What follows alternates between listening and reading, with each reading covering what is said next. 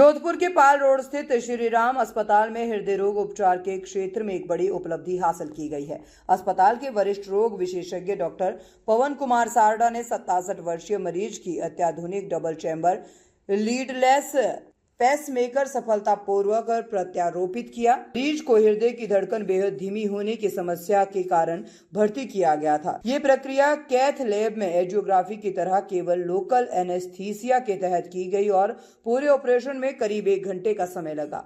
Doctor Sarda ने बताया है कि पारंपरिक पेसमेकर की तुलना में इस नई तकनीक में छाती पर कोई चीरा नहीं लगाया जाता और न ही हृदय तक कोई लीड या तार पहुंचाई जाती है।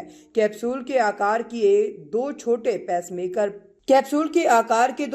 पेसमेकर पैर की नस के रास्ते सीधे हृदय के कैप्सूल के आकार के 2 छोटे पेसमेकर पैर की नस के रास्ते सीधे हृदय के एंट्रियम और वेंट्रिकल में लगाए जाते हैं। दोनों डिवाइस आपस में समन्वय बनाकर मरीज की जरूरत के अनुसार हृदय की धड़कन नियंत्रित करती है। इससे संक्रमण, लीड फ्रैक्चर, वाल्वा संबंधी दिक्कत और बार बार बैटरी बदलने जैसी समस्याओं का खतरा काफी कम हो जाता है। इस पेसमेकर की बैटरी लगभग 20 से 22 वर्ष तक चलती है। सबसे खास बात ये रही कि मरीज प्रक्रिया के दौरान 2 घंटे के बाद ही चलने फिरने लगता है और अगले दिन पूरी तरह से स्वस्थ होकर अस्पताल से छुट्टी दे दी गई है। जी सर, आपके श्री राम हॉस्पिटल द्वारा जो उपलब्धि हासिल हुई है पेसमेकर को नहीं, उसके बारे में। ये 67 वर्षीय बुजुर्ग थे जिनको कुछ शारीरिक प्रॉब्लम्स थी और उनकी धड़कन की कमी की वजह से उनमें पेसमेकर की रिक्वायरमेंट थी। तो जो नॉर्मल पेसमेकर लगाते हैं वो हम यहाँ पर लगाते हैं और यहाँ से पेसमेकर के जो 2 तार होते हैं वो हमारे हृदय के ऊपरी चेंबर और निचले चेंबर में जाते हैं और उसकी बैटरी हमारे यहाँ पर लगी होती है और उस बैटरी के थ्रू करंट जाता है और वो दोनों तार हृदय की धड़कन को नियंत्रित करते हैं।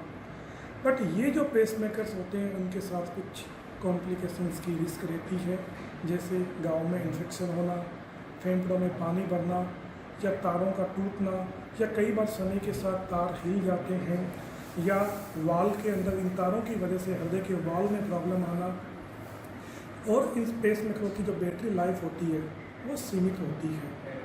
इसी के लिए आजकल नए पेसमेकर आ गए जिनको हम लीडलेस पेसमेकर कहते हैं। और इन पेसमेकर में क्या होता है कि पाँव की सिरा के थ्रू हम 2 कैप्सूल के आकार की डिवाइसेस होती है जो हृदय के ऊपरी चेंबर और निचले चेंबर में लग जाती है और दोनों डिवाइसेस आपस में कोऑर्डिनेटेड रहती है और मरीज की शारीरिक रिक्वायरमेंट के हिसाब से वो हमारी धड़कन को कंट्रोल करती है। इन पेसमेकर्स में इन्फेक्शन की रिस्क नहीं होती है, इन पेसमेकर्स में कोई लीड नहीं होती तो लीड रिलेटेड इश्यूज़ नहीं रहते। ये पेसमेकर हृदय के वाल्व को टच नहीं करते तो वाल्व की कोई प्रॉब्लम्स नहीं होती है। इन पेसमेकर चूँकि ये लंग से बहुत दूर होते हैं तो लंग रिलेटेड प्रॉब्लम्स नहीं होती है और इन पेसमेकर्स की जो बैटरी लाइफ होती है वो 18 से 22 साल होती है। तो कई बार एक पेसमेकर भी व्यक्ति की पूरी लाइफ के लिए सफिशिएंट होता है।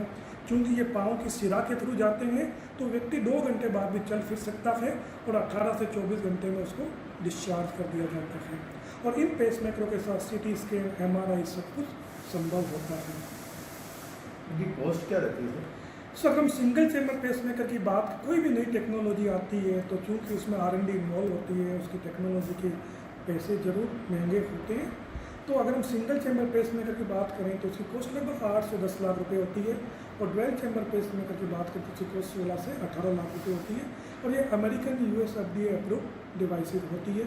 एज ऑफ नाउ कोई भी इंडियन कंपनी इन पेसमेकर्स को नहीं बना पा रही है, पर जैसे ये टेक्निक हमारे देश में भी आ जाएगी, हमारे देश की कंपनी बनाने लग जाएगी तो डेफिनेटली ये कॉस्ट बहुत कम हो जाएगी।